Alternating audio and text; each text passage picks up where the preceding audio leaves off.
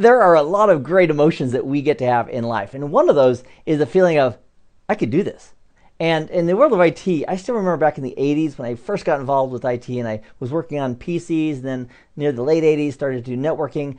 And I had that feeling of, whoa, they're letting me do this. And it was great. But the skills that I was practicing and building, they were applicable. And as I used those skills, I got better and better with them. So here's what I would love us to do at the tail end of this skill regarding static IPv4 routing.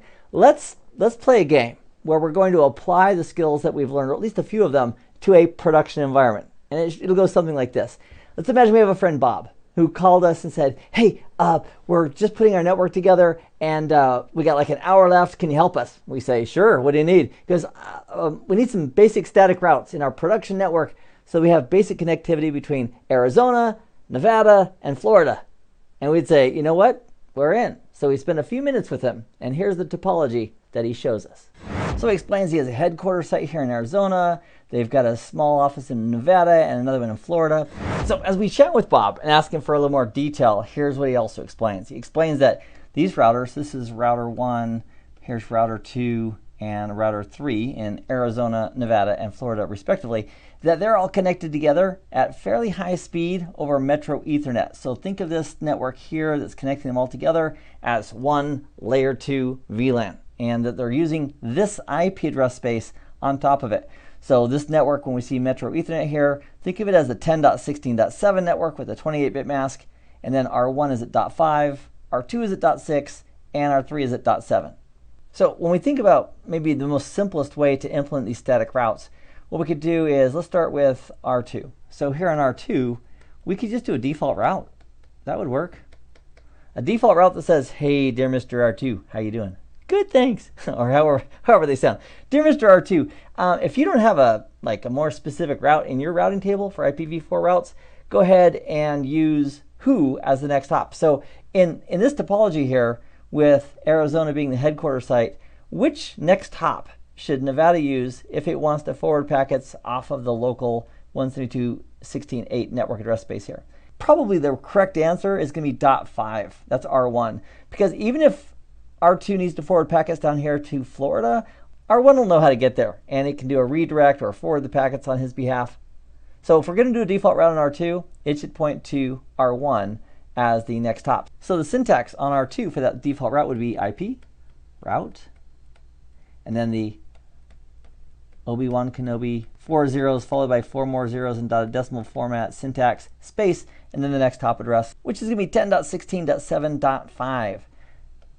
10.16.7.5, just like that. Now, in addition, if we had a reason to, we could artificially add a higher administrative distance than the default of 1. So that way, if there was another default route that was advertised or injected some other way that had a better administrative distance, the one with the best administrative distance would be used. But in our case, we don't really need to add an AD. The default of 1 will be fine. And that would address R2. Let's go ahead and do R3 next. So for R3, we can also do a default route there. And so for R3, the syntax would be something like above. Actually, it would be identical to above. In fact, I'll just do an arrow because the IP route, quad 0, dotted decimal format, and the next hop is going to be R1 at its 2.0 interface, which is 10.16.7.5. So it'd be exactly the same command here over on R3. And then to finish this up, R1 needs to know how to get to these two groupings of networks. So here on R1, we would go ahead and make 2 static routes. So IP, route, and let's do Nevada first. 10.16.8.0 with a 21-bit mask. Now, how do we spell 21 bits in dotted decimal? That's a good question. If you need to, if you're new to IP subnetting and working with the binary and decimal conversions, you can always do this. 1, 2, 4, 8, 16, 32, 64, 128. That represents 1 byte of data. And then we could say, okay, so for this network 10.16.8.0 right here, it's a 21-bit mask. So 255 is 8 bits. 255 is 8 bits more, so we could just add that. 255, 255. So now we're at 16 bits right there, and we need to go to 21. So 16 plus some more is 17, 18, 19, 20, which is our network length. And we put a big line there as a dividing point, and these would be zeros from a mask perspective, and then just add up these bits that are on for the decimal value. So 128 plus 64 plus 32 plus 16 plus 8 is 248. You can do that longhand, or if you memorize it, you can just memorize it. But if you just add them up, that'll get you that value. And then for the last octet, it would be 0, space, and then the next hop. So R1, if it's forwarding a packet to 10.16.8.0 with the 21-bit network, its next hop should be R2, because R2 is connected over here to those networks. So the next hop would be the .6 interface on R2. So that'd be 10.16.7.6. So that's a route to these networks. Let's go ahead and cover Florida. And for Florida, it'd be same thing, IP route, except the network we're trying to reach is 10.16.16.0. The mask would be the same length, 21 bits. And the next hop for Florida networks would be .7, so 10.16.7.7, just like that. So let's imagine that this is our strategy for implementing a default route on Nevada, a default route on Florida, and then 2 static network routes on R1. And then once we have implemented those, we can verify our basic connectivity between those 3 sites. So let's go to the hands-on lab and do that right now. All right, so here we are on our admin PC, DC NUG. Let's open up MT Putty in the upper left-hand corner, and we'll open up connections to R1 and R2 and R3. Good to go. And then using our plan, let's start on R1. So we'll do a show IP route, just see what we're starting with. All right, so we have some directly connected networks, but we have no dynamically learned routes and no static routes. Sounds great. So we'll go into configuration mode, and let's also take a peek at the interfaces too. Show IP interface brief, just to make sure that our connection to Metro Ethernet is up. 10.16.7.5 is the interface we're using for that. Fantastic. And let's add 2 static routes. One for Nevada, one for Florida. So the first one for Nevada is IP route 10.16.8.0 with a 21-bit mask. And the next hop is going to be, we decided it was going to be R2 at 10.16.7.6. And press enter. And 1 down, 1 to go. Second one for Florida, IP route 10.16.16.0 with a 21-bit mask. Space, and the next hop is going to be Florida's address at 10.16.7.7. Press enter, and then we'll check our work. End, little flash there, end. So let's do a show IP route, and we'll add the keyword static on there so we can see our static routes.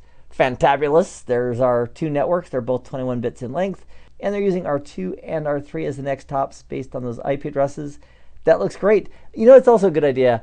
Let's verify we can ping our next hops. So I'm just going to copy or click and drag over that IP address to a ping, space, right click, and enter. Great. And then a ping, space, and ping that guy too, just to make sure we have reachability to our next hops. That's not a bad thing to check either. Great. All right. So our static routes on R1 are done. Let's go take a look at our default routes that we're going to put on R2 and R3. So here on R2 and R3, we're going to create the default route of IP route quad 0 with the next hop of 10.16.7.5, which is R1's interface address right here on that Metro Ethernet network. So let's do that now. We'll start on R2. So we'll make a road trip over to R2, press enter a few times to clear off the screen, and I'll do a show IP interface brief, just to make sure our interfaces are up. That's great. And we'll do a show IP route. So we're starting with, fantastic, and we'll go into configuration mode, IP route, the Obi-Wan Kenobi route. Here it comes. And the next hop is going to be 10.16.7.5, which is R1, and boom, I think we're done. Show IP route, and there's our static route, quad 0, next hop 10.16.7.5, and we already verified from R1's perspective the connectivity regarding that next hop on R1. Great. So next we'll go to R3 and we'll do a default route again. So here on R3 we'll do a show IP interface brief, just to see if our interfaces are up. Great, that looks good. And a show IP route, that looks good too. And then we'll go into configuration mode, IP route, and the default route using the next hop of 10.16.7.5. Press enter, and we'll do a show IP route just to make sure that what we thought we put in got in. So there's our default route with the next hop of .5. So the next question is, how do we verify this is really working? And we should have reachability from the 10.16.0 to the 10.16.8 to the 10.16.16 back and forth. So what we could do is we could try to ping addresses in those ranges. And it just so happens here on R2 it's got an interface here of 10.16.8.6 that we could test. And in Florida, it's got an interface right here with an address 10.16.16.7, keeping the last octet consistent here. And over here on R1, it's got an interface of 10.16.6.5, which is in the same block of addresses. And just to verify that, because some of you may be new to IP addressing and subnetting, if we take this network 10.16.0/21, so for the mask, the first two octets are on, so 8 bits on, 8 bits on, and then 17, 18, 19, 20, 21. So this is our block size right here of 8. And we're dealing with the third octet. So that means our networks would be 10.16.0, 10.16.8, 10.16.16, 10.16, add 8 more, 24, 10.16.32, and continuing adding 8. So you'll notice that for these blocks of addresses, we're using this block in Arizona, we're using this block in Nevada, we're using this block in Florida. So I just wanted to reinforce that this IP address right here is definitely within that block of addresses of the 10.16.00/21.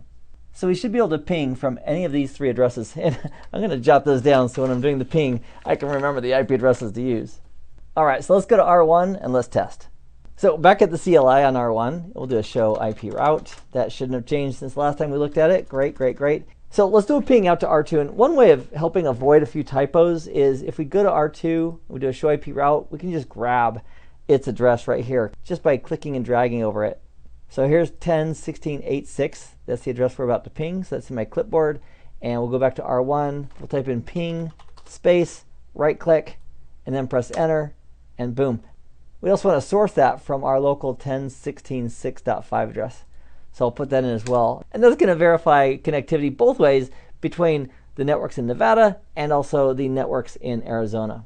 And let's also do a ping out to Florida. We'll do a ping space, and I'll go to R3, and we'll just grab the IP address we want to ping, which is 10.16.16.7. So I'll click and drag across that, go back to R1, right click, and then we're going to type in source. And we'll also source this from our 10.16.6.5 address as well.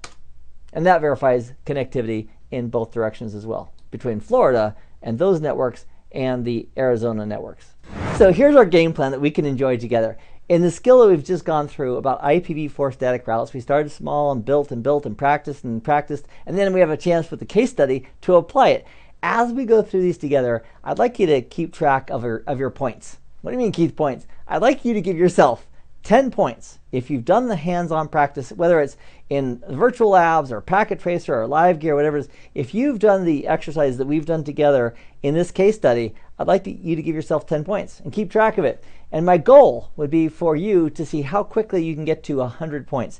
So the maximum number of points on any skill is 10 points. So you've got 10 points for IPv4 static routing if you've done that already. And as we continue on in some other really cool topics, including IPv6, including OSPF and dynamic routing, and reading a routing table. And as we progress and grow together, you'll get 10 points every time you complete the case study at the end of the skill. So I'm looking forward to the individual steps leading up to that final case study and the case studies themselves as we implement and verify IP networks. So thanks for joining me in this nugget. I hope this has been informative for you, and I'd like to thank you for viewing.